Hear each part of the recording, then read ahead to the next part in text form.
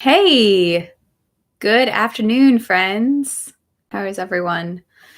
I'm Charlotte, and this is Quarantine Story Time. We've been reading War and Peace. And as many of you know, I'm very excited to say we're getting really close to the end, friends. After today's reading, which will be a little bit longer, we are going to be at the end of Volume 4. And that means on Monday we'll start the epilogue, which is that's it. So I'm very excited. I hope you are very excited. It's been a lot of fun reading this and reading it with you for the first time. It's really quite an interesting and fascinating, deeply written, really rich book, really rich story. And it's just been so much fun reading it aloud for the first time with you guys. So I appreciate you being with me here on this journey. And as we're getting near the end, I've finally gotten some microphones, so we're testing them. The microphone I'm using today is the same one that I was using on Tuesday. So if the sound is a little low, let me know. I'm just trying it in a different position, slightly different orientation. I've been using pop filters off and on with the microphones. So today this one doesn't have it. So if the sound seems slightly different, that would be because of the pop filter. But like I said, just trying to try a few things out. So feel free to drop a comment of which microphone you liked best, which was like last Friday and Monday, Tuesday and today, and Wednesday and Thursday were the same mic. So yeah, just feel free to drop a comment. And I know my mom's been listing a bunch of books that we could read after this if anyone's interested. If you guys have any other comments or ideas about books to read after this, feel free to let me know. I'm trying to keep it to classic literature, stuff that would be in the public domain that I wouldn't have to worry about copyright permissions for sharing with you guys. Also, books I haven't read before. So that rules out pretty much all of the completed works of Jane Austen and a lot of Bronte. So there's that. But other than that, there's a lot of room, a lot of classic books still yet to be read. So if you have any thoughts, drop them in. Today, like I said, we are finishing off Volume 4. And what happened last was Kutuzov met with the Tsar of Russia, Alexander. And it's the end, pretty much the end of the campaign. Napoleon's forces are pretty much fleeing Russia at this point. So kind of the end of the war section, it would seem, moving into the peace. If you need to catch up on any of the readings, always check out the playlist on my channel for War and Peace. And feel free to drop any comments if anything doesn't sound familiar. But otherwise, let's just go ahead and jump right in because it's a nice long reading today again.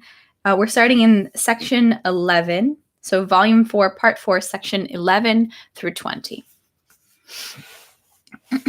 So let's just get going. Section 11. The next day, the field marshal gave a dinner and a ball, which the sovereign honored with his presence. The sovereign had conferred on Kutuzov the Order of St. George, first degree. He had shown him the highest honors, but the sovereign's displeasure with the field marshal was known to everyone. The proprieties were observed, and the sovereign showed the first example of it, but everyone knew that the old man was at fault and good for nothing. When at the ball, by the habit of a courtier of Catherine's time, Kutuzov, on the sovereign's entrance into the ballroom, ordered the captured standards thrown down at his feet. The sovereign winced unpleasantly and spoke some words among which some heard, "Old comedian." The sovereign's displeasure with Kutuzov increased in Vilno, particularly because Kutuzov obviously would not or could not understand the significance of the coming campaign. When the sovereign said the next morning to the officers gathered around him, "You have not only saved Russia, you have saved Europe," they all understood that the war was not yet over. Kutuzov alone would not understand that, and openly voiced his opinion that a new war could not improve the situation and increase the glory of Russia, but only worsen its position and diminish the highest degree of glory at which, in his opinion, Russia now stood. He tried to demonstrate to the sovereign the impossibility of recruiting new troops, spoke of the hard conditions of the population, the possibility of failure, and so on. Given such a state of mind, the field marshal naturally seemed only a hindrance and an obstacle in the way of the coming war. To avoid confrontations with the old man, a way was found of itself, which consisted, as at Austerlitz and at the beginning of the campaign under Barclay, in removing the ground In removing the ground of authority he stood on from under the commander-in-chief without disturbing him or informing him of it, and transferring it to the sovereign himself. To this end, the staff was gradually reorganized, and all essential authority of Kutuzov's staff was canceled and transferred to the sovereign. Toll, Konovitsin, and Ermolov received other assignments. Everyone said aloud that the field marshal had grown very weak and his health was failing. He had to be in weak health in order to give up his place and have someone else take over for him. And indeed, his health was weak. As naturally and simply and gradually as Kutuzov had come from Turkey to the treasury in Petersburg to raise a militia and then to the army, precisely when he was needed, so now, just as naturally, gradually, and simply, when Kutuzov's role had been played, there appeared in his place the new leader required. The War of 1812, besides its national significance, dear to the Russian heart, was to have another, this time European. The movement of peoples from west to east was to be followed by a movement of peoples from east to west, and for this new war a new leader was needed, who had qualities and views different from Kutuzov's and was moved by different incentives. Alexander I was as necessary for the movement of peoples from east to west and for the restoration of national frontiers as Kutuzov had been necessary for the salvation and glory of Russia. Kutuzov did not understand the significance of Europe, balance, Napoleon. He could not understand it. Once the foe was annihilated, once Russia was delivered and placed on the highest degree of her glory, for this Russian man, as a Russian, there was nothing more to do. For the representative of the national war, there was nothing left but death. And so he died. Section 12. Pierre, as most often happens, felt the whole burden of the physical privations and strains he experienced during captivity only when those strains and privations were over. After being freed from captivity, he arrived in Orel, and on the third day after his arrival, as he was about to go to Kiev, he fell ill and spent 3 months lying ill in Orel. He had, as the doctor put it, bilious fever. Though the doctors treated him, let his blood, and gave him medications to drink, he nevertheless recovered. All that happened to Pierre from the time he was set free until his illness left almost no impression on him. He remembered only gray, gloomy, now rainy, now snowy weather, inner physical anguish, pain in his legs, in his side, remembered the general impression of people's misfortunes and sufferings, and remembered the disturbing curiosity of officers and generals who asked him questions. His trouble finding a carriage and horses, and above all, he remembered his inability to think and feel at that time. On the day he was set free, he saw the corpse of Petya Rostov. On the same day, he learned that Prince Andrei had lived for over a month after the Battle of Borodino and had died only recently in Yaroslav in the Rostovs' home. And on the same day, Denisov, who told this news to Pierre, mentioned Helene's death, supposing that Pierre had already long known of it. All this seemed strange, then, to Pierre. He felt that he could not understand the meaning of all this news. He only made haste, then, to get away quickly from those places where people were killing each other, to some quiet haven, and there to recover, to rest, to rethink all these strange and new things that he had learned during that time. But as soon as he arrived in Orel, he felt ill. On awakening from his illness, Pierre saw himself surrounded by his 2 servants from Moscow, Terenti and Vaska, and the eldest princess, who lived on Pierre's estate in Yelets, and, having learned of his liberation and illness, came to look after him. During his convalescence, Pierre only gradually fell out of habit of the impressions he had grown used to over the past months, and became used to the fact that no one was going to hurt him anywhere tomorrow, that no one was going to take away his warm bed, and that he was certain to have dinner and tea and supper. But for a long time in his dreams, he still saw himself in the old conditions of captivity. In the same way, Pierre gradually came to understand the news he had learned about after being freed from captivity, the death of Prince Andrei, the death of his wife, and the annihilation of the French. The joyful feeling of freedom, that full, inalienable freedom proper to a human being, the awareness of which he had experienced for the first time at the first halt after leaving Moscow, filled Pierre's soul during his convalescence. He was astonished at how this inner freedom, independent of external circumstances, was now as if surrounded by the superfluity, the luxury of external freedom as well. He was alone in a strange town without acquaintances. No one demanded anything of him. No one sent him anywhere. He had everything he wanted. The thought of his wife, which had eternally tormented him before, was no longer there because she was no longer there. Ah, how good, how nice, he said to himself, when they moved a laid table up to him with clean linen and fragrant broth, or when in the evening he lay down on the soft, clean bed, or when he remembered that his wife and the French were no more. Ah, how good, how nice. And by old habit he asked himself, well, and what then? What am I going to do? And he answered himself at once, nothing, I'll live. Ah, how nice. That which he had been tormented by before, which he had constantly sought, the purpose of life, now did not exist for him. It was not that this sought-for purpose of life happened not to exist for him only at that present moment, but he felt that it did not and could not exist. This very absence of purpose gave him that joyful awareness of freedom which at the same time constituted his happiness.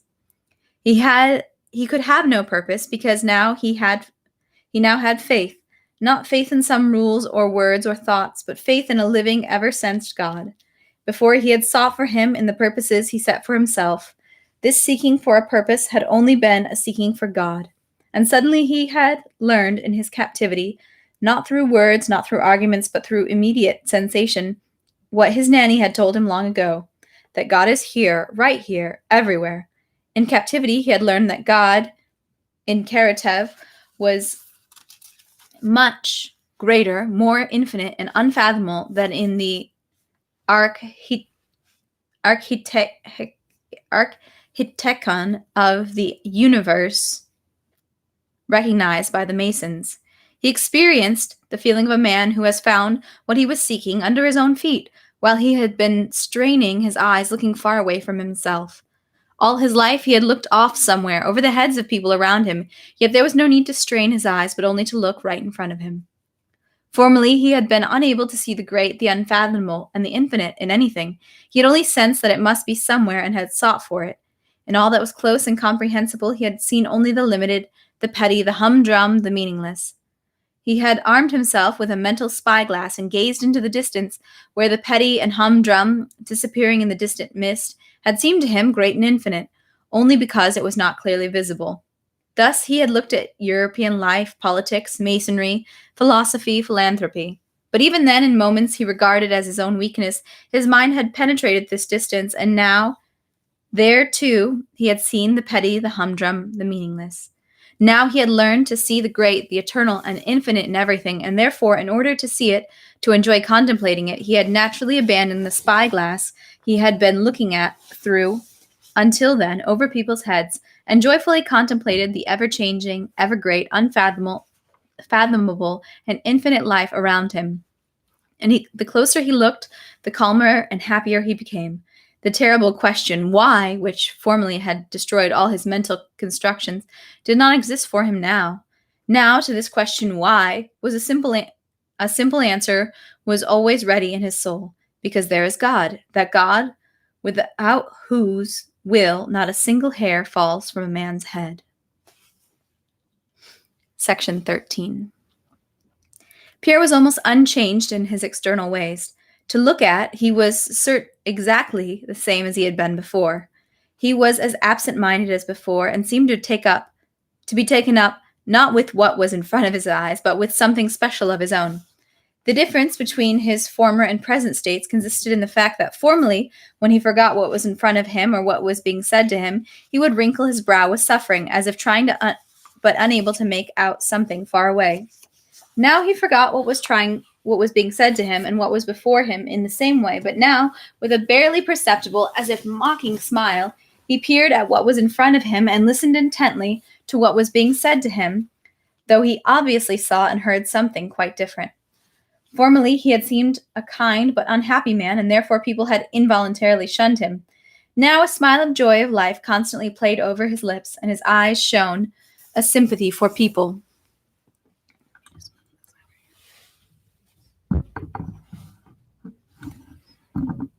Sorry, friends.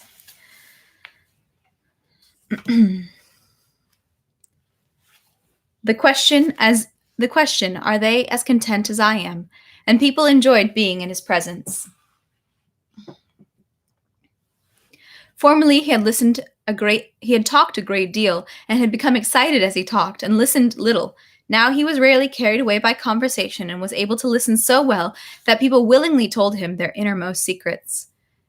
The princess, who had never had any love for Pierre and had experienced an especially hostile feeling towards him because, ever since the old count's death, she had felt herself obliged to him, to her vexation and surprise, after her brief stay in Orel, where she had come with the intention of proving to Pierre that, despite his ingratitude, she considered it her duty to look after him, the princess soon felt that she loved him. Pierre in no way sought the princess's favor. He merely studied her with curiosity. Formerly, the princess had felt indifference and mockery in his gaze, and she had shrunk from him as she did from others, and had exhibited only the combative side of her life. Now, on the contrary, she felt as if he were trying to delve into the innermost sides of her life, and first with mistrust, then with gratitude, she revealed to him the hidden good sides of her character. The most cunning person could not have wormed himself into the princess's confidence more skillfully, calling up memories in her for the first time of her youth and showing sympathy for them. And yet Pierre's whole cunning consisted in seeking his own pleasure and calling up human feelings in the embittered, dry, and in her own way, proud princess. Yes, he's a very kind man when he's under the influence, not of bad people, but of such people as I, the princess said to herself. The change that had taken place in Pierre was also noticed, in their own ways, by his servants, Terenti and Vaska. They found that he had become much simpler. Often, Terenti, having undressed his master with his boots and clothes in his hand, having wished him a good night, was slow to leave, waiting for his master to get into conversation, and often Pierre would stop Terenti, noticing that he wanted to talk. "So tell me, how did you get food for yourself?" he would ask, and Terenti would begin a story about the devastation of Moscow, about the late count who would stand for a long time holding the clothes, talking, and sometimes listening to Pierre's stories, and with a pleasant awareness of his closeness to the master and of friendliness for him, he would go to the front hall. The doctor who treated Pierre and visited him every day, though, as all doctors feel they must do, he considered it his duty to have the look of a man whose every moment is precious to suffering mankind, sat for hours with Pierre, telling his favorite stories and observations of the way of the sick in general and of ladies in particular. "Yes, it's pleasant to talk with such a man, not like what we have here in our province," he said. Several captured officers of the French army were living in Orel, and the doctor brought one of them along, a young Italian officer. This officer started visiting Pierre, and the princess laughed at the tender feelings of the Italian expressed for him. The Italian was evidently happy only because he could come to Pierre and talk with him of his past and his life at home, of his love, and pour out to him his indignation against the French, and especially against Napoleon. "If all Russians are at least a little like you," he said to Pierre, "c'est un sacrilège de faire la guerre à un peuple comme le vôtre. It's a sacrilege to make war on people like yours. You who have suffered so much from the French, you don't have any anger for them." Pierre earned the Italian's passionate love only by calling up the best sides of his soul and admiring them. At the end of Pierre's stay in Orel, his old acquaintance, the Mason Count Wilarski, came to visit him, the one who had introduced him into the lodge in 1807. Wilarski was married to a rich Russian woman who had a large estate in Orel province, and he occupied a temporary position in town in the provision sector. Learning that Bezukhov was in Orel, Wilarski, though he had never been closely acquainted with him, came to him with declarations of friendship and intimacy, such as people usually express to each other when they meet in the desert. Wilarski was bored in Orel and was happy to meet a man of his circle and, as he supposed, with similar interests. But to his surprise, Wilarski soon noticed that Pierre lagged very far behind real life and had fallen, as he defined Pierre to himself, into apathy and egoism. "Vous vous encroutez, mon cher. You're getting rusty, my dear," he said to him. Despite that, Wilarski found it more pleasant to be with Pierre now than formerly, and he called on him every day. But for Pierre, looking at Wilarski and listening to him now, it was strange and incredible to think that he himself had very recently been the same. Wilarski was married, a family man, occupied with the business of his wife's estate, with his service, and with his family. He considered all these occupations a hindrance to life and considered them all contemptible, because their purpose was the personal and well-being of himself and his family.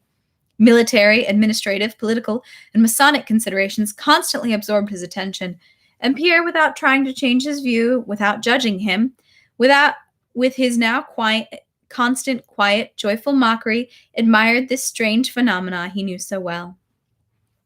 In his relation to Wilarski, with the princess, with the doctor, with all the people he met now, there was a new feature in Pierre which won him the favor of all people. This was the recognition of the possibility of each person of thinking, feeling, and looking at things in his own way. The recognition of impossibility of changing a person's opinion with words. This legitimate peculiarity of each person, which formerly had troubled and irritated Pierre, now constituted the basis of sympathy and interest he took in people. The difference, sometimes the complete contradiction of people's views with his own life and among themselves, delighted Pierre and evoked an amused and meek smile in him.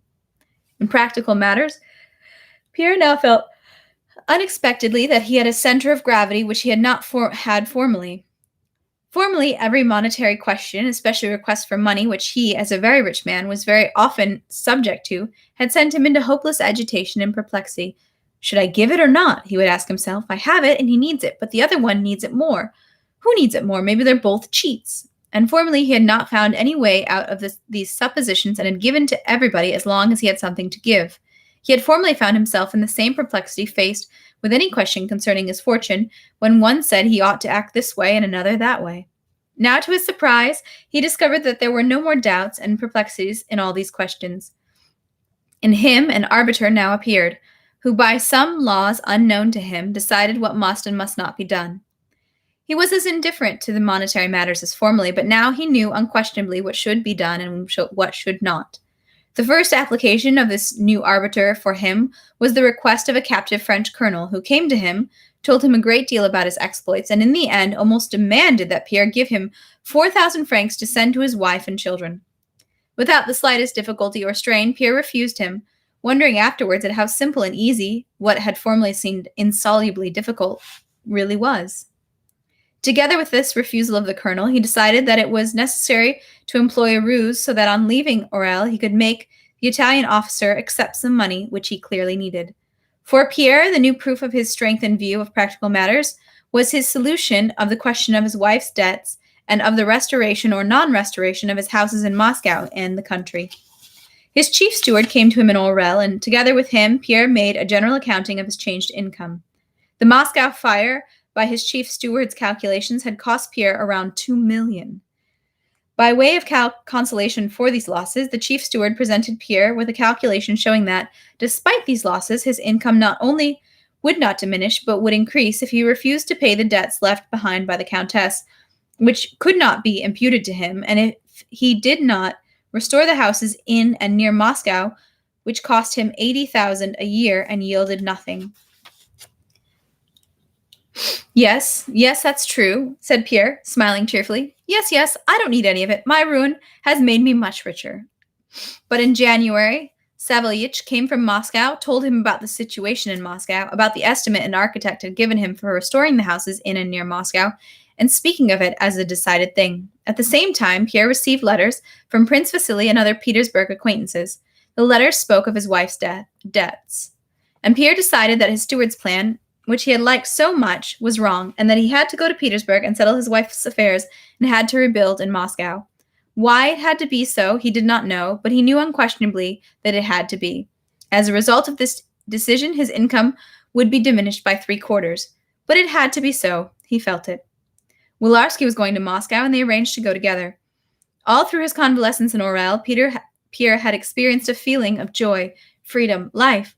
But when, during his journey, he found himself in the open world and saw hundreds of new faces, that feeling increased still more. All through the journey, he experienced the joy of a schoolboy on vacation. All persons, the coachman, the station master, the muzhiks on the road or in villages, everything had a new significance for him. The presence and observations of Wilarski, who constantly complained about the poverty, the backwardness compared to Europe, the ignorance of Russia, only enhanced Pierre's joy. Where Wilarski saw deadness, Pierre saw the extraordinary, mighty force of vitality, the force which, in the snow, over this vast expanse, maintained the life of this whole special and united people. He did not contradict Wilarski, and, as if agreeing with him, since pretending to agree was the shortest means of avoiding an argument that could not lead anywhere, listened to him with a joyful smile.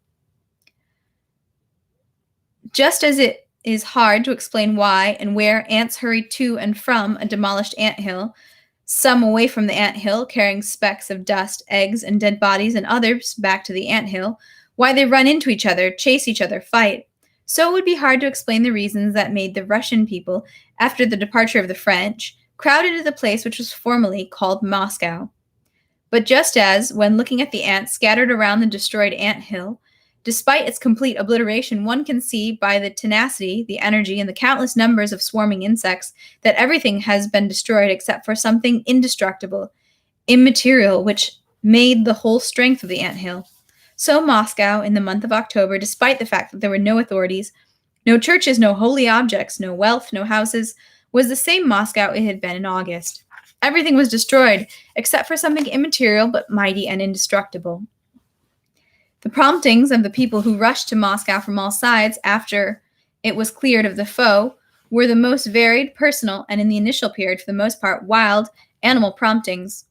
Only one prompting was common to them all, to rush to the place formerly called Moscow, so as to apply their activity there. In a week, there were already 1,500 inhabitants in Moscow, in 25, and so on, rising ever higher, higher. This number, by the fall of 1813, had reached a figure exceeding the population of the year 1812.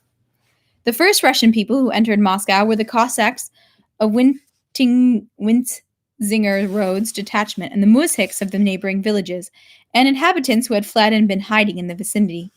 On entering devastated Moscow and finding it looted, the Russians also started looting.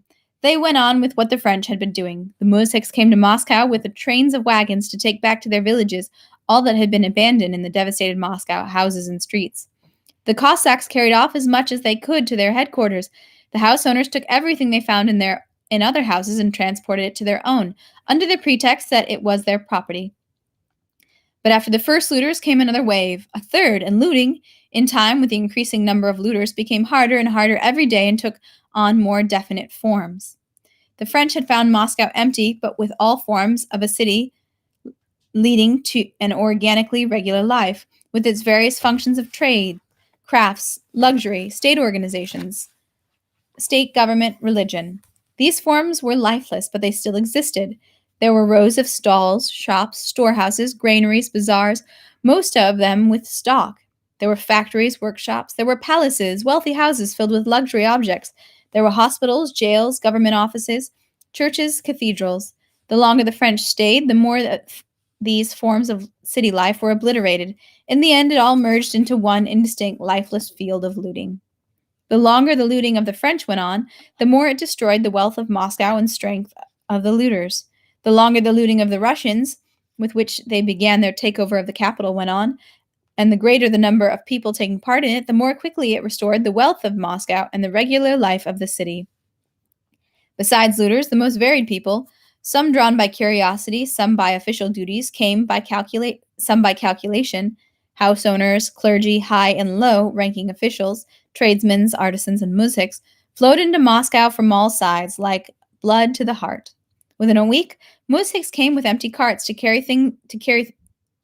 Muzhiks coming with empty carts to carry things off were stopped by authorities and forced to cart the dead bodies out of the city.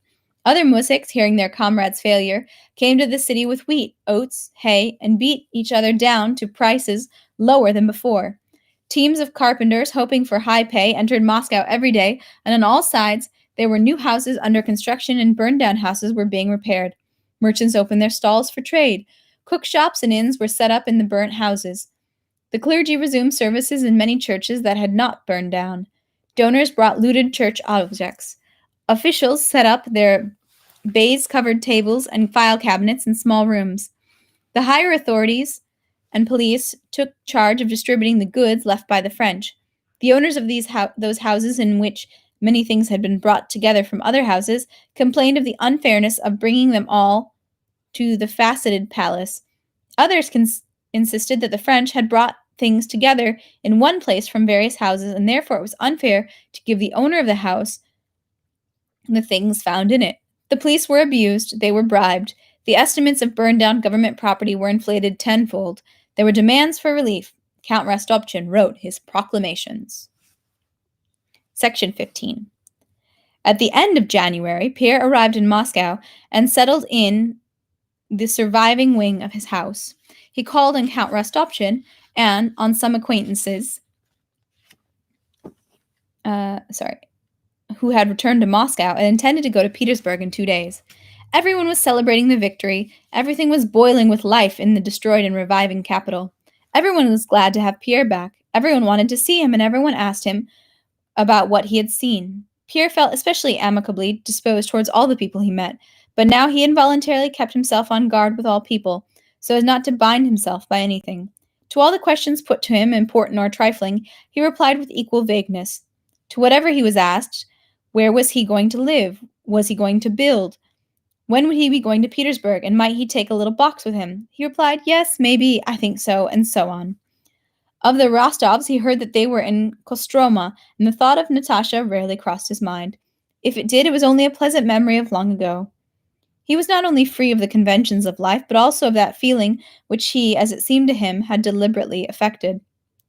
On the 3rd day after his arrival in Moscow, he learned from the Drubetskoys that Princess Maria was in Moscow.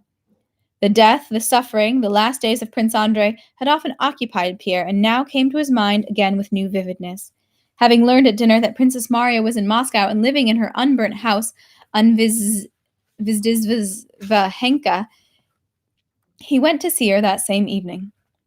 On the way to Princess Maria, Pierre never stopped thinking of Prince Andrei, of his friendship with him, and of his various meetings with him, especially the last one in Borodino. Can it be that he died in the spiteful mood he was in then? Can it be that the explanation of life was not revealed to him before death? Thought Pierre. He remembered about Karatev, about his death, and involuntarily started comparing these two men, so different at the same time, so similar, because of the love he had for both of them, and because both had lived and both had died.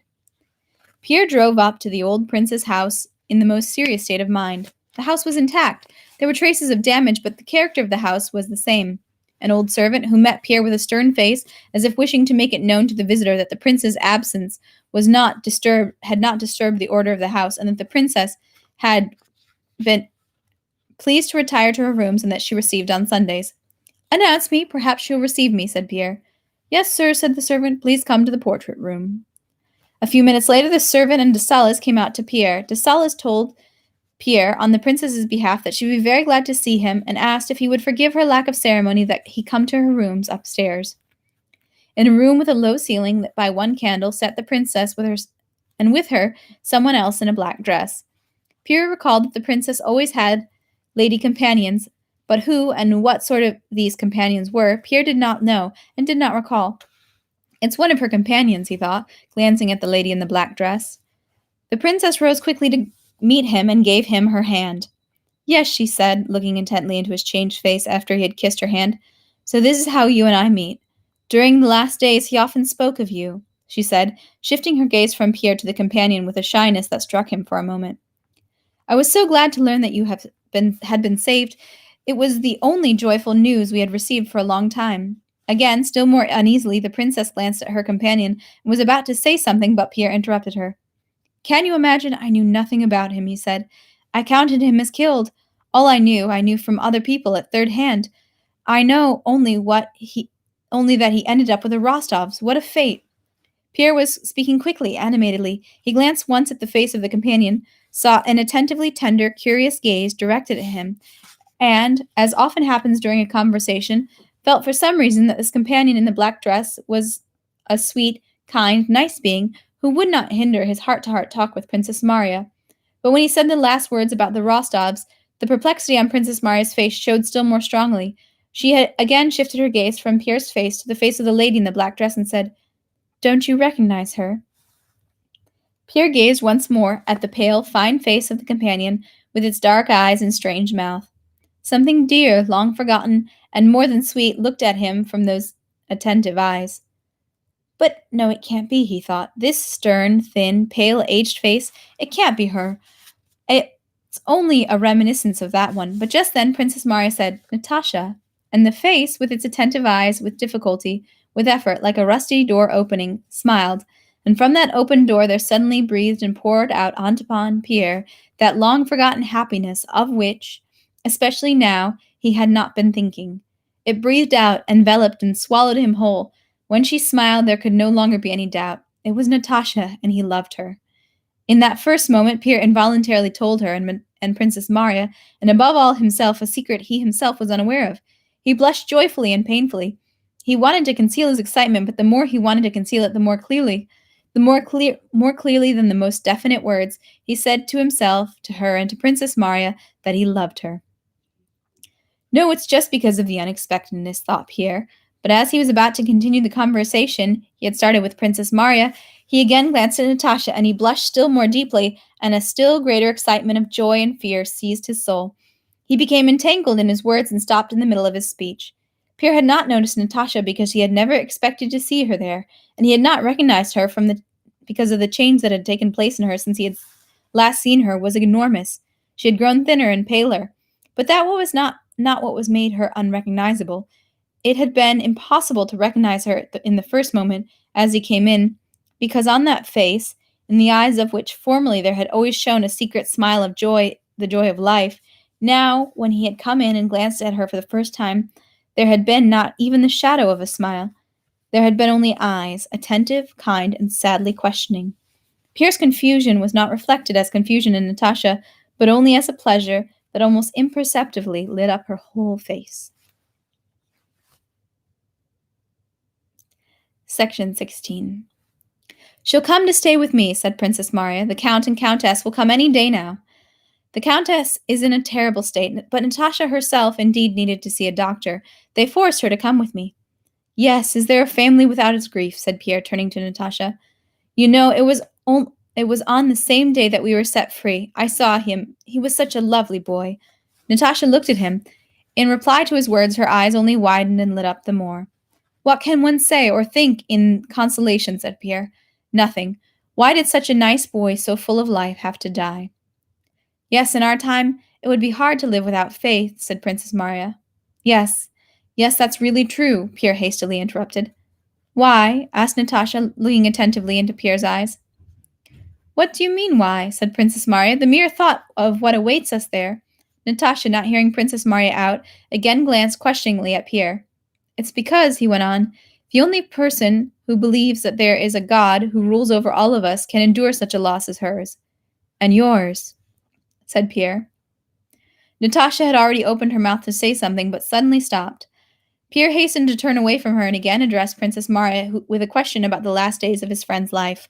Pierre's confusion had now almost vanished, but along with that he felt that all his former freedom had also vanished. He felt that now over his every word, his every deed, there was a judgment which was dearer to him than the judgment of all the people in the world.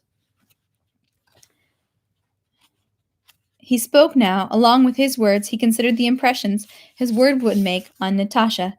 He did not deliberately say what would please her, but whatever he said, he judged himself from her point of view.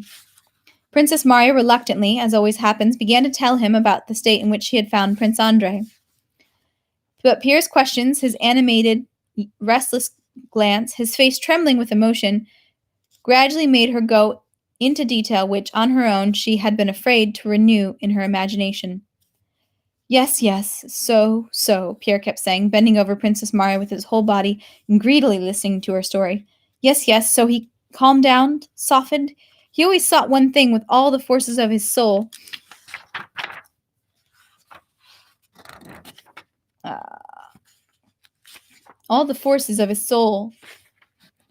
To be fully good, so that he could not be afraid of death. The shortcomings that were in him, if there were any, did not come from him, so he softened, said Pierre. What a happy thing that he met you, he said to Natasha, and suddenly turned away from her and looked at her with eyes full of tears. He said to Natasha, suddenly turning to her and looking at her with eyes full of tears. Natasha's face twitched. She frowned momentarily, lowered her eyes. For a minute she hesitated whether she should speak or not. Yes, it was happy, she said in a soft, chesty voice. For me it certainly was happy, she paused, and he said that he was wishing for it at the same moment that I came to him. Natasha's voice broke. She blushed, pressed her hands to her knees, and at once, obviously making an effort with herself, raised her head and began speaking quickly. We knew nothing as we were leaving Moscow. We didn't dare ask about him, and suddenly Sonia told me he was with us. I didn't think anything. I couldn't imagine what state he was in. I only needed to see him, to be with him, she said, trembling and breathless. And not letting them interrupt her, she told what she had never yet told anyone, all that she had lived through during the 3 weeks of their journey and life in Yaroslav. Pierre listened to her open-mouthed, not taking his tear-filled eyes from her. Listening to her, he did not think of Prince Andrei or of death or of what she was telling. He listened to her and simply pitied her for the suffering she was experiencing now as she spoke. The princess, wincing from the desire to hold back her tears, sat beside Natasha and for the first time listened to the story of those last days of the love between her brother and Natasha. This tormenting and joyful story was evidently necessary for Natasha. She spoke, mixing the most trifling details with her innermost secrets. It seemed that she could never finish. She repeated the same thing several times. Desale's voice was heard outside the door asking whether Nikolushka could come in to say good night. Well, that's all, said Natasha, and she quickly stood up just as Nikolushka was coming in and almost ran to the door, bumped her head against the door, which was covered by a curtain, and with either a moan of either pain or sorrow, burst out of the room. Pierre looked at the door through which she had gone and could not understand why he was suddenly left all alone in the world. Princess Marya called him out of his distraction, drawing his attention to her nephew who had come into the room. Nikolushka's face, which resembled his father's, so affected Pierre in that moment of inner softening in which he now found himself that, having kissed him, he got up hastily, took out his handkerchief, and went over to the window. He wanted to take leave of Princess Marya, but she kept him. No, Natasha and I sometimes don't go to bed till after 2. Please stay. I'll order supper served. Go downstairs. We'll come presently. Before Pierre went out, the princess said to him, It's the first time she's spoken of him like that. Section 17. Pierre was taken to the big, well-lit room. A few minutes later, footmen were heard, and the princess and Natasha came into the room. Natasha was calm, though a stern, unsmiling expression had again settled on her face. Princess Marya, Natasha, and Pierre equally experienced the feeling of awkwardness that usually follows the end of a serious and heartfelt talk. To get on with the previous conversation is impossible. To talk about trifles is shameful, and to be silent is unpleasant because one wants to talk, and this silence is like a pretense.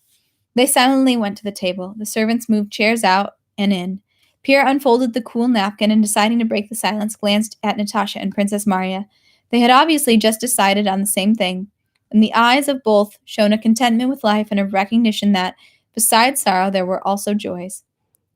Do you drink vodka, Count? Asked Princess Marya, and these words suddenly dispersed the shadows of the past. Tell us about yourself, said Princess Marya. They tell such incredible wonders about you. Yes, Pierre replied with his now habitual smile of mild mockery. They even tell me such wonders as I've never even seen in dreams. Marya Abramovna invited me to her house and told me everything that happened to me or should have happened. Stepan Stepanich also taught me how to tell my story. Generally, I've noticed that being an interesting person is very convenient. I'm an interesting person now. People invite me and tell me about myself. Natasha smiled and was about to say something. We've been told, Princess Marya interrupted her, that you lost 2 million in Moscow. Is it true? And I've become 3 times richer, said Pierre. Despite the fact that his wife's debts and the necessity of building had changed his affairs, he went on telling people that he had become 3 times richer. What I've unquestionably gained is freedom, he began seriously, but decided not to go on, noticing that it was too egotistical a subject for a conversation. And are you building? Yes, Savalich orders me to. Tell us, did you not yet know of the Countess's death when you stayed in Moscow? Princess Marya asked, and blushed at once, noticing that by asking this question right after his words about being free, she was ascribing a meaning to his words that they might not have held. No, answered Pierre, obviously not finding anything awkward in the interpretation Princess Marya had given to his mention of freedom. I learned of it in Orel, and you can't imagine how it struck me. We were not exemplary spouses, he said quickly, glancing at Natasha and noticing curiosity on her face about how he would speak of his wife. But this death struck me terribly. When 2 persons quarrel, both are always guilty, and one's guilt suddenly becomes terribly heavy before a person who is no longer there. And then such a death, without friends, without consolation. I'm very sorry for her, he finished, and was pleased to notice joyful approval on Natasha's face. Yes, and now you're a bachelor and eligible again, said Princess Marya. Pierre suddenly blushed deeply and tried for a long time not to look at Natasha. When he ventured to glance at her, her face was cold, stern, and even contemptuous, as it seemed to him. But did you really see and speak with Napoleon, as we've been told? Asked Princess Marya. Pierre laughed. Not once, never. It always seemed to everybody that being in captivity means being Napoleon's guest. I not only didn't see him, I didn't even hear about him. I was in much inferior company. The supper was coming to an end, and Pierre, who had at first refused to tell about his captivity, was gradually drawn into the story. But it's true you stayed in order to kill Napoleon? Natasha asked him with a faint smile.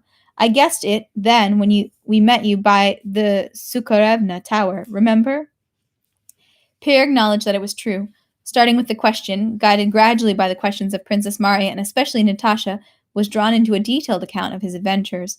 At first he spoke with that mocking, meek attitude he now had towards people and especially towards himself. But then, when he came to the story of the horrors and suffering he had seen, he involuntarily got carried away without noticing it and started speaking with restrained emotion of a man who is reliving strong impressions in recollection.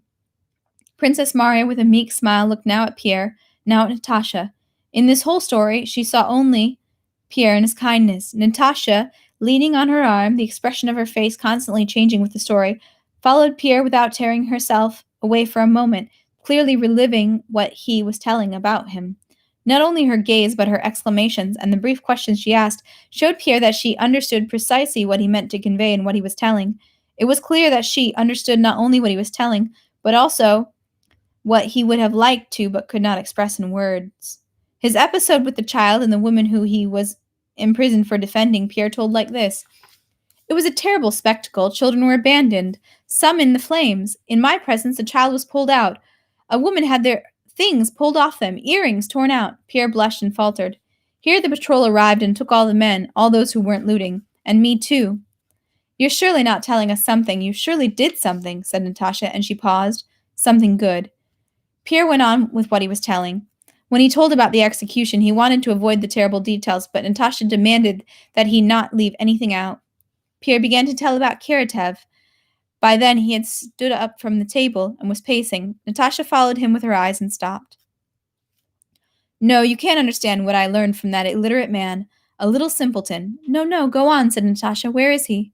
He was killed almost in my presence. And Pierre began telling about the last period of their retreat. Karatev's illness, his voice trembled constantly, and his death.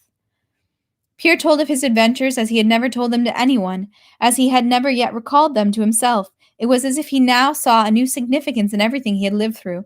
Now, as he told it all to Natasha, he experienced that rare pleasure which is granted by women when they listen to a man, not intelligent women who, when they listen, try either to memorize what they are told in order to enrich their minds and on occasion retell the same thing, or else to adjust what is being told to themselves and quickly say something intelligent of their own, worked out in their small intellectual domain. But the pleasure granted by real women, endowed with the ability to select and absorb all the best of what a man has to show. Natasha, not knowing it herself, was all attention.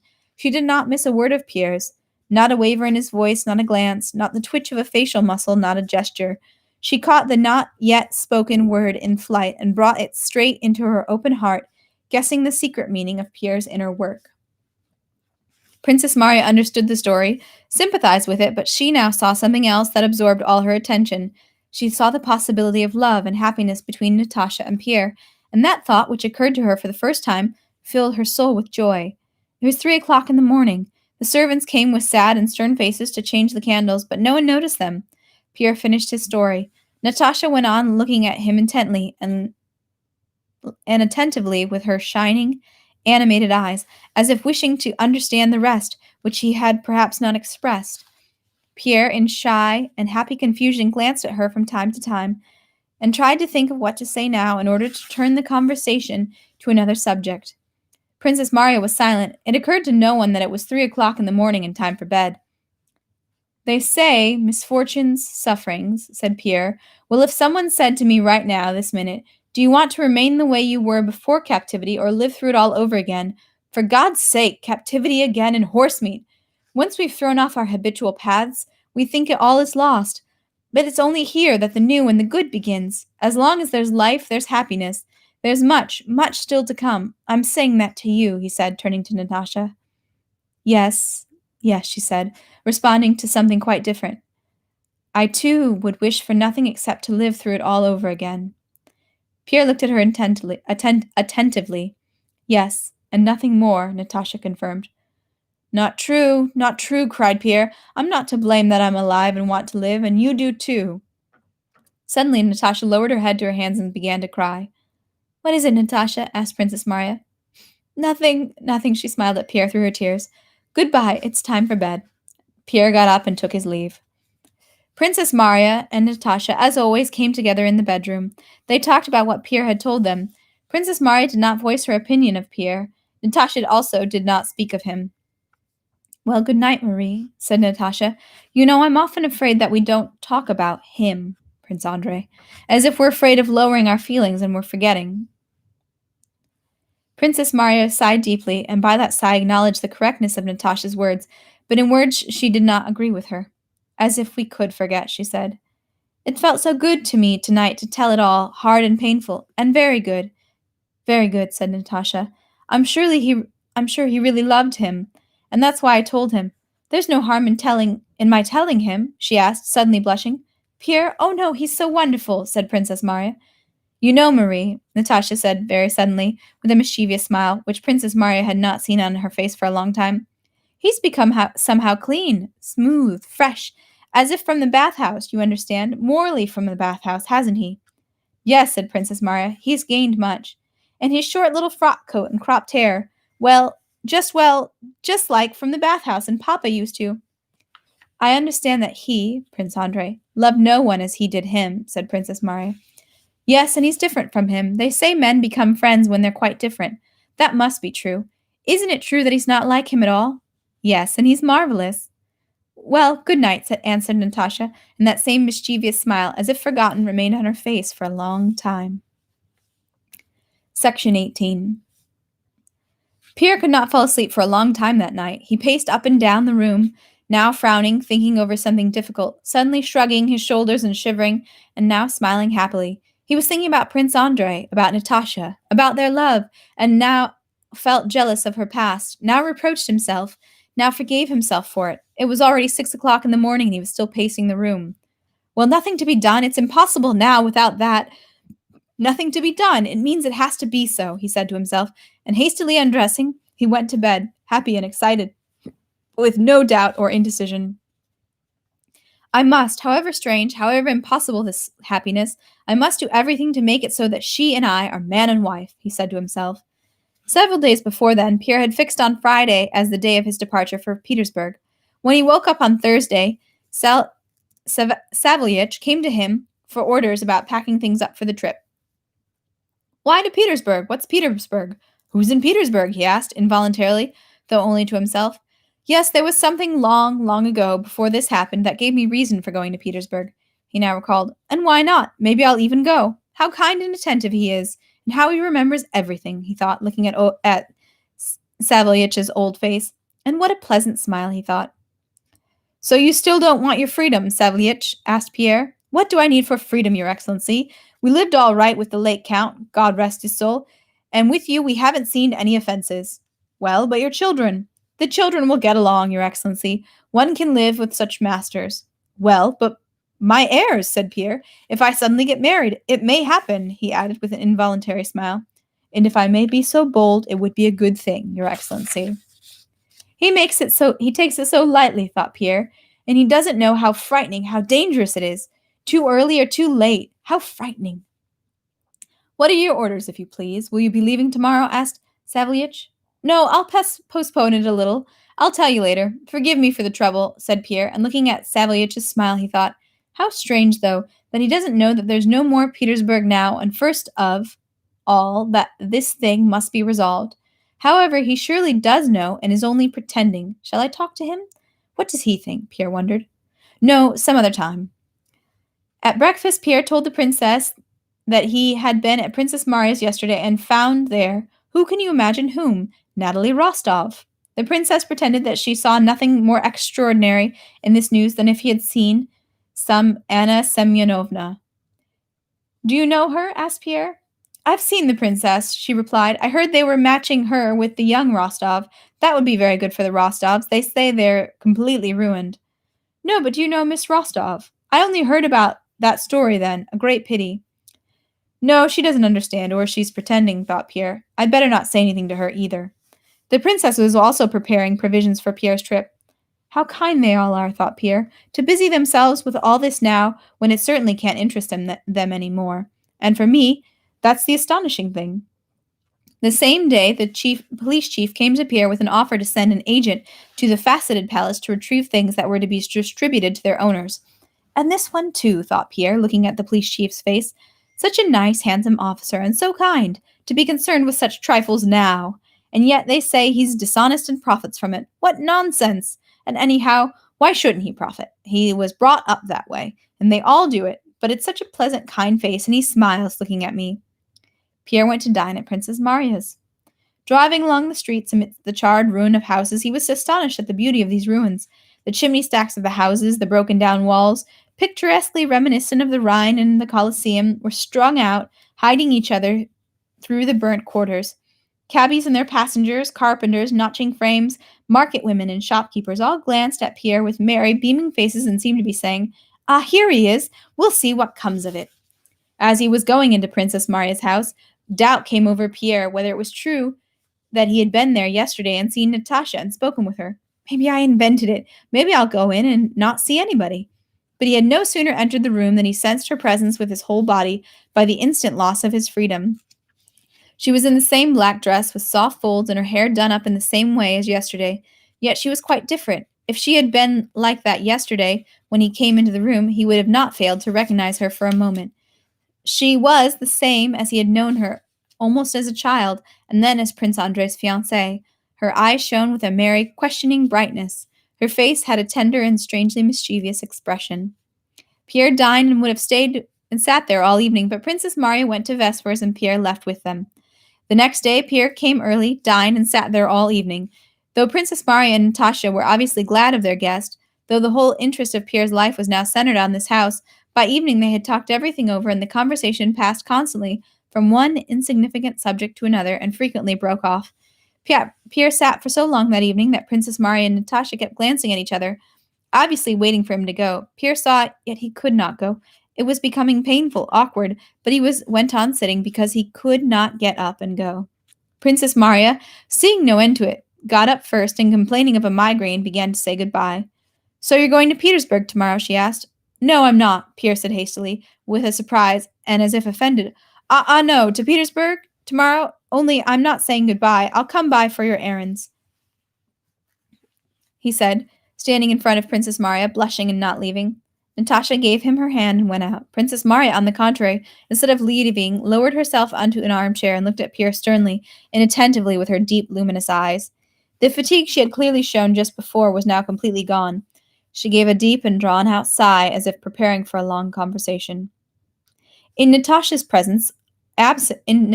absence, all Pierre's confusion and awkwardness instantly vanished and were replaced by excited animation. He quickly moved an armchair quite close to Princess Maria. Yes, I wanted to tell you, he said, answering her gaze as if it were words. Princess, help me. What am I to do? May I hope? Princess, my friend, listen to me. I know everything. I know I'm not worthy of her. I know it's impossible to talk about it now. But I want to be a brother to her. No, I don't. I can't. He stopped and rubbed his face with his eyes and eyes with his hands. Well, there, he went on, clearly making an effort to speak coherently. I don't know since when I've loved her, but I've loved only her alone, all my life, and I love her so much I can't imagine my life without her. I don't dare ask for her hand now, but the thought that she might perhaps be mine, and that I might miss this possibly, is terrible. Tell me, may I hope? Tell me, what am I to do, dear princess, he said, after pausing briefly and touching her hand, since she did not reply. I'm thinking about what you've told me, Princess Maria replied. Here is what I will tell you. You're right that to speak to her of love now...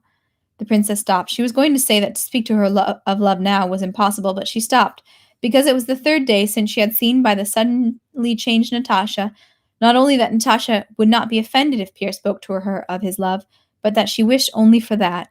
To speak to her now is impossible. Princess Marya said all the same. But what am I to do? Leave it to me, said Princess Marya. I know. Pierre looked into Princess Marya's eyes. Well, well, he said. I know that she loves you. I know that she will love you, Princess Marya corrected herself. She had barely managed to say these words when Pierre jumped up and with a frightened face seized Princess Marya by the hand. What makes you think so? You think that I may hope? You think so? Yes, I do, Princess Marya said, smiling. Write to her parents and leave it to me. I'll tell her when it can be done. I wish it, and my heart tells me it will happen. No, it can't be. I'm so happy, but it can't be. I'm so happy. No, it can't be, Pierre was saying, kissing Princess Marya's hands. You go to Petersburg. That will be best, and I will write to you, she said. To Petersburg? Go? Well, yes, I'll go. But may I come to you tomorrow? The next day, Pierre came to say goodbye. Natasha was less animated than on the previous days, but that day, occasionally glancing in her eyes, Pierre felt that he was disappearing, that neither he nor she was there any more, but there was just one feeling of happiness. Can it be? No, it can't, he said to himself, at her every glance, gesture, and word, which filled his soul with joy. When saying goodbye to her, he took her thin, slender hand. He involuntarily held it slightly longer in his. Can it be that this hand, this face, these eyes, with all this treasure of feminine loveliness that is a stranger to me now, can it be that it will all be eternally mine, habitual, the same as I am for myself? No, it's impossible. Goodbye, Count, she said to him aloud. I'll be waiting very much for you, she added in a whisper. And those simple words, this glance and expression of the face that went with them, in the course of 2 months constituted a subject of inexhaustible memories, explanation, and happy reveries for Pierre. I'll be waiting very much for you. Yes, how did she put it? Yes, I'll be waiting very much for you. Ah, I'm so happy. What is it? I'm so happy, Pierre said to himself. Section 19. In Pierre's soul, now nothing went on like had gone on in it under similar circumstances during his engagement to Helene. He did not repeat, as then, with morbid shame, the words he had spoken. He did not say to himself, why didn't I say it, and why did I just say, Je vous aime then? No, on the contrary, he repeated in his imagination every word of his, with all the details of her face and smile, and did not want either to add or subtract. He wanted only to repeat. There was now not the shadow of a doubt whether he was what he was undertaking was good or bad. Only one terrible doubt sometimes entered his head. Is it all a dream? Isn't Princess Marya mistaken? Am I too proud and presumptuous? I believe her, but what if suddenly, as is bound to happen, Princess Marya tells her and she smiles and says, How strange, he's certainly mistaken. Doesn't he know that he is a man, simply a man, while I'm quite different, a higher being? That was the only doubt that often came to Pierre. He also did not make any plans now. The happiness awaiting him seemed so incredible that it needed only to come about, and there could be nothing after it. Everything ended there. A joyful, unexpected madness of which Pierre considered himself incapable came over him. The whole meaning of life, not only for him, but for all the world, seemed to him to consist only in his love and the possibility of her love for him. Sometimes all people seemed to him to be occupied with only one thing, his future happiness. It sometimes seemed to him that they were all rejoicing as he was, and only tried to conceal their joy, pretending to be occupied with other interests. In every word and movement he saw hints at his happiness. He often surprised people who met him by his significant happy glances and smiles, expressive of a secret complicity. But when he realized that people could not know of his happiness, he pitied them with all his heart and felt a desire to explain to them somehow that everything they were occupied with was completely nonsensical and trifling, not worthy of attention. When they offered him a post in the service or discussed some general matter of state and war, supposing that the happiness of all people depended on this or that outcome of events, he listened with a meek, condoling smile and surprised the people who spoke to him with his odd remarks.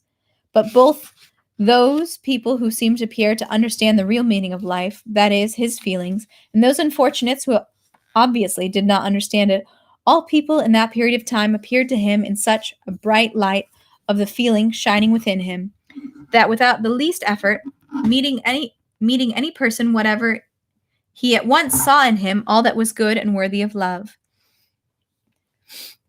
In examining his late wife's business affairs and papers, he experienced no feeling for her memory except pity that she had not known the happiness he now knew. Prince Vasily, especially proud now of his new post and star, appeared to him a touching, kind, and pathetic old man. Later, Pierre often remembered that time of happy insanity. All the judgments of people and circumstances he had formed for himself in that period of time remained forever true to him. He not only did not subsequently renounce those views of people and things, but on the contrary, in inner doubt and contradiction, he would resort to the views he had had in that time of insanity, and those views always turned out to be correct. Maybe I did seem strange and ridiculous then, he thought, but I wasn't as insane as I seemed. On the contrary, I was more intelligent and perceptive than ever, and I understood everything that's worth understanding in life because I was happy. Pierre's insanity consisted in the fact that he did not wait, as before, for personal reasons, which he called people's merits, in order to love them, but love overflowed from his heart, and loving people without reason, he discovered the unquestionable reasons for which it was worth loving them. There's a great wisdom there. Section 20. From the first evening, when Natasha, after Pierre's departure, told Princess Marya with a joyfully mocking smile that he was just like from the bathhouse with his little frock coat and cropped hair, from that moment, something hidden and unknown to her, but irresistible, had awakened in Natasha's soul. Everything, her face, her step, her gaze, her voice, everything suddenly changed in her. Unexpectedly for herself, the force of life, her hopes for happiness, came to the surface and demanded to be satisfied. From the first evening, it was as if Natasha forgot all that had happened to her, and after that she never once complained of her situation, said not a word about her past, and was no longer afraid to make cheerful plans for the future. She spoke little of Pierre, but when Princess Marya mentioned him, the long-extinguished brightness lit up in her eyes, and her lips puckered in a strange smile. The change that took place in Natasha at first surprised Princess Marya, but when she understood its meaning, this change upset her. Can it be that she loved my brother so little that she could forget him so soon? Princess Marya thought, when she pondered by herself the change that had taken place. But when she was with Natasha, she was not angry with her and did not reproach her. The awakened force of life that took hold of Natasha was obviously so irrepressible, so unexpected for Natasha herself, that in her presence Princess Marya felt she had no right to reproach her even in her heart. Natasha gave herself up so fully and sincerely to this new feeling that she did not attempt to hide the fact that she was now not grieving but joyful and gay. When Princess Marya returned to her room after her talk that night with Pierre, Natasha met her on the threshold. "He said it, yes? He said it," she repeated, and a joyful and at the same time pathetic expression, as if asking forgiveness for her joy, lingered on Natasha's face. "I wanted to listen at the door, but I knew you'd tell me."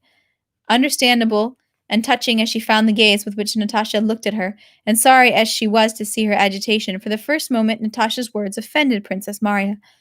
She remembered her brother and his love. But what's to be done? She can't be otherwise, thought Princess Marya. And with a sad and somewhat stern face, she told Natasha everything Pierre had said to her. On hearing he was going to Petersburg, Natasha was amazed. "To Petersburg?" she repeated, as if she did not understand. But looking intently into the sad expression of Princess Marya's face, she guessed the reason for that sadness and suddenly began to cry. "Marie," she said, "teach me what to do. I'm afraid to be bad. I'll do whatever you say. Teach me."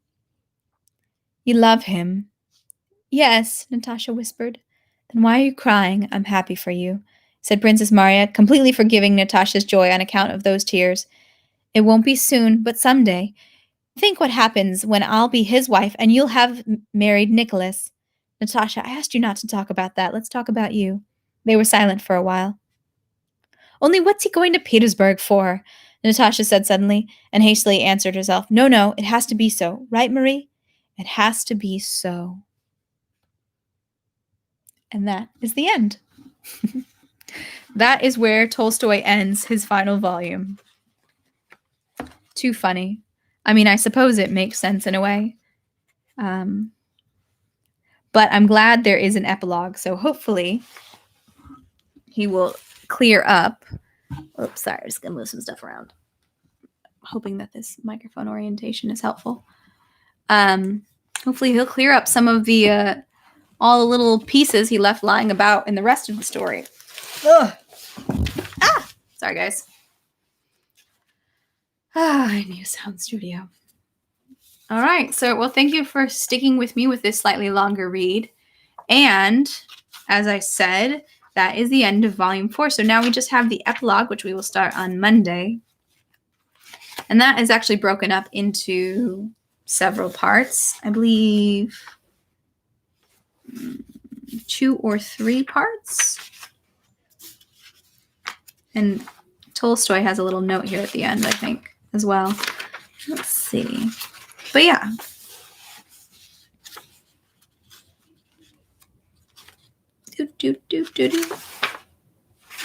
Yeah.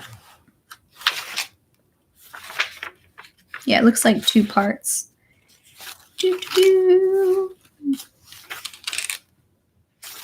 So yeah, I'm guessing, quick survey here, friends.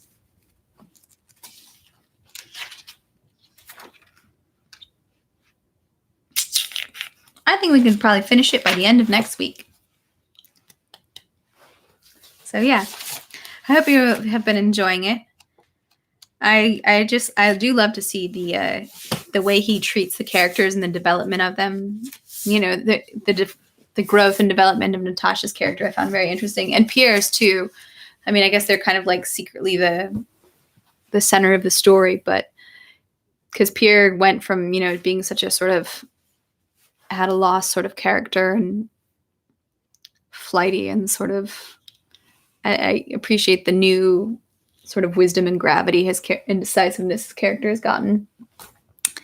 So yeah. Well, I'm not going to hold you too long because it has been a long read, but thank you so much. It means a lot to see you guys on here. You can always say hi in the live chat or drop a comment in the comment section on the video. Like I said, let me know what you thought about the sound or any thoughts for further readings. And I will see you guys on Monday. Have a great weekend. Stay safe, stay smart, stay thankful and graceful out there, people. Have a great weekend. Bye.